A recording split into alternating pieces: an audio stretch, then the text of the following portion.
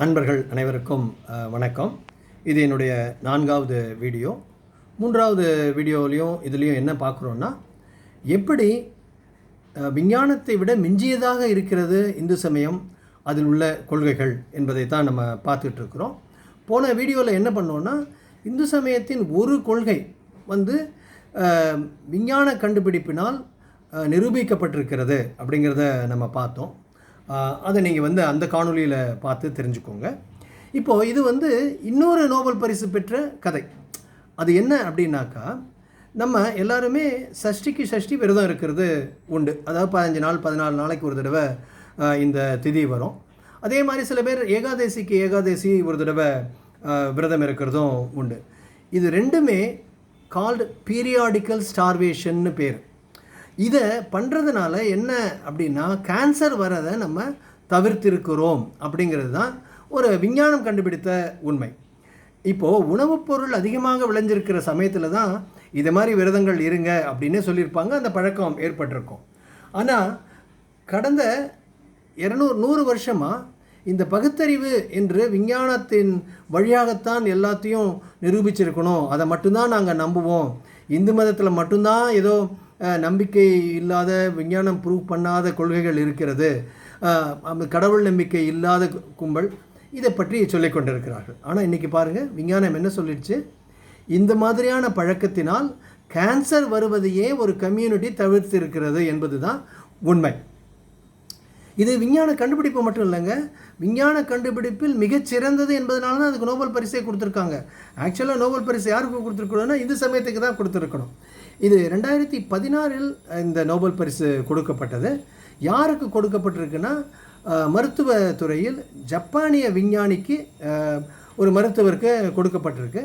அவர் மருத்துவ சம்பந்தமாக ஆராய்ச்சி செய்யக்கூடிய PhD பர்சன், அவருக்கு கொடுக்கப்பட்டிருக்கு. அவர்கிட்ட கேட்ட கேள்விக்கு, எப்படி இந்த மாதிரி இதை சப்ஜெக்ட் எடுத்துக்கிட்டீங்க அப்படின்னா, புத்த மதத்தில் எங்களுக்கு இதை மாதிரியான 15 நாளைக்கு ஒரு தடவை சாப்பிடாமல் இருக்கக்கூடிய விரதம் உண்டு, முதல் நாள் நைட்லேருந்து மறுநாள் நைட் வரையும். அதனுடைய எஃபெக்ட் என்னன்னு பார்க்கும்பொழுது இது எங்களுக்கு கிடச்சிருக்கு. இப்போ என்ன ஆராய்ச்சி அவர் பண்ணிகிட்ருக்கிறாருன்னா, இதையே வச்சு எப்படி கேன்சரை க்யூர் பண்ணுவது அப்படிங்கிறது தான் அவருடைய கண்டுபிடிப்பு. ஆக்சுவலாக புத்த மதத்தினுடைய ப்ராக்டிஸ் இந்து மதத்திலேருந்து வந்ததுன்னு உங்களுக்கு தெரியும். புத்த மதமும் இந்தியாவில் தோன்றியது தான் இருக்கும். இது 2வது உதாரணமாக உங்களுக்கு சொல்லியிருக்கிறேன்.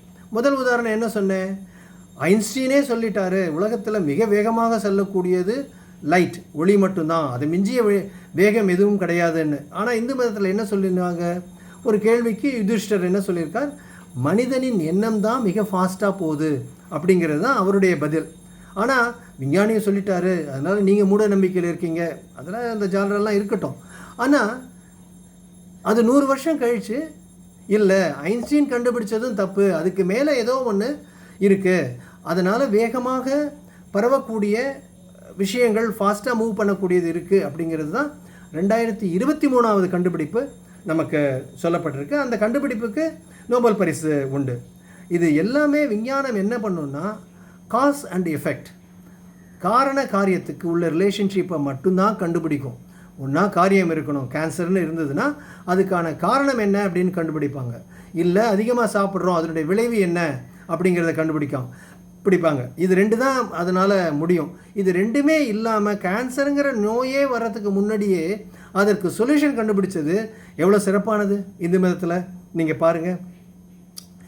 இப்படி அதே சமயத்தில் 2023 நோபல் பரிசும் என்ன சொல்லுதுன்னா, விஞ்ஞானம் காஸ் அண்ட் எஃபெக்டை தாண்டி பல உண்மைகள் இருக்கின்றன பிரபஞ்சத்தில், அதை விஞ்ஞானத்தினால் கண்டுபிடிக்க முடியல அப்படிங்கிறத அந்த தீசிஸில் அவங்க ஒத்துக்கிட்டுருக்குறாங்க.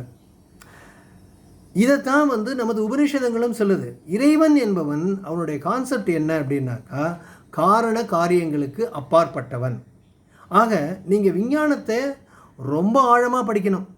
அதே சமயத்தில் இந்து சமயத்தையும் ஆழமாக படித்தால்தான் இது மாதிரி உண்மைகளெல்லாம் வெளியில் கொண்டாந்து சொல்ல முடியும். இதை மேலோட்டமாக படிச்சுட்டு ஏதோ கமெண்ட் அடிக்கிறோம், நம்ம ஒரு பொசிஷனில் இருக்கிறோம் அப்படிங்கிறவங்க ஈஸியாக சொல்லிட்டு போவாங்க.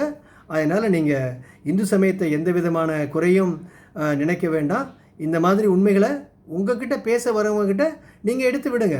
பாருங்கள், இது வரைக்கும் 2 நோபல் பரிசு பெற்ற கருத்துக்கள் இந்து சமயத்திலிருந்து வந்திருக்கிறது என்பதை நான் சொல்லியிருக்கிறேன். மேலும் அடுத்த வீடியோவில் சந்திக்கலாம். வாழ்க வளமுடன்.